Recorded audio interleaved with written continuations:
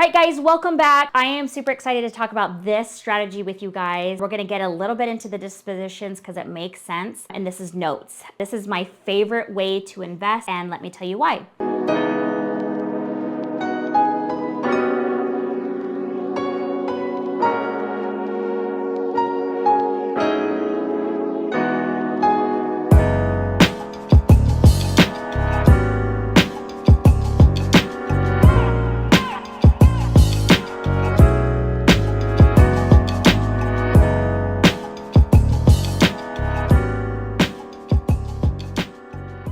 Notes is basically where you are the bank. You are the bank, and I might be a little bit biased on this, but I know when people tell me they own 200 doors, I kind of cringe on the inside because I'm thinking about them managing 200 doors. Now, I know people have processes. Like I said, I am a little biased on this. Notes is basically you own the paper and you're getting cash flow. That's it. Little risk. Your note is as a lien on an asset, which is the property. And this is why it's one of my favorite ways to invest. So how do you become a note buyer? Why is it valuable? And who are these note buyers? We know the biggest note buyers are the banks. Wells Fargo, Chase, this is exactly what they do. Have you ever had a loan with a financial institution? Let's just use Wells Fargo again. You get your loan, you sign your paperwork, and then you get a letter 2 months later that says, we have sold your loan to SBS Financial or whoever it is. What are they doing? They're gaining capital. So they're getting a note with you that's amortized over generally 30 years. They realize they don't need that note, and what they're doing is they're selling it to a note buyer who is the SPS, and they're being able to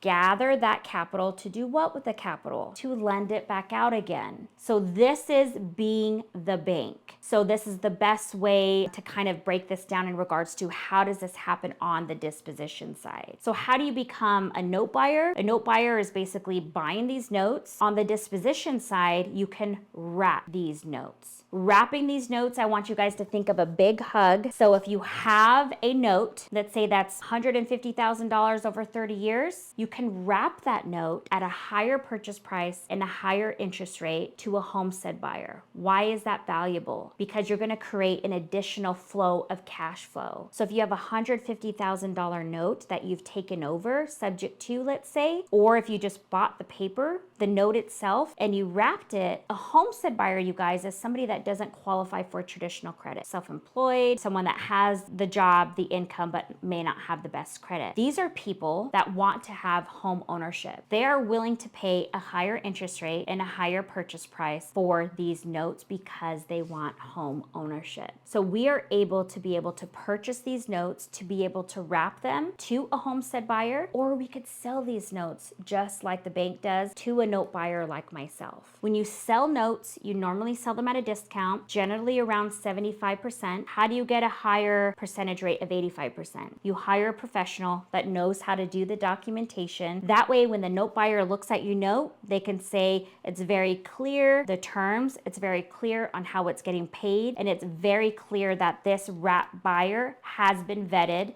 and that they can actually continue to pay on the note, which gives you a higher note value at 85%. So just to kind of wrap it up, I know I get excited when I talk about this. Notes is you are the bank. You are creating cash flow for yourself. Very low risk. You're not managing properties. You're just getting a check every single month. And one thing that you can do with these notes is you can wrap them to people like a homestead buyer that want home ownership, and you can get additional cash flow from that spread, and you've created another stream of cash flow to yourself. This is why notes are so powerful and one of my favorite ways to invest.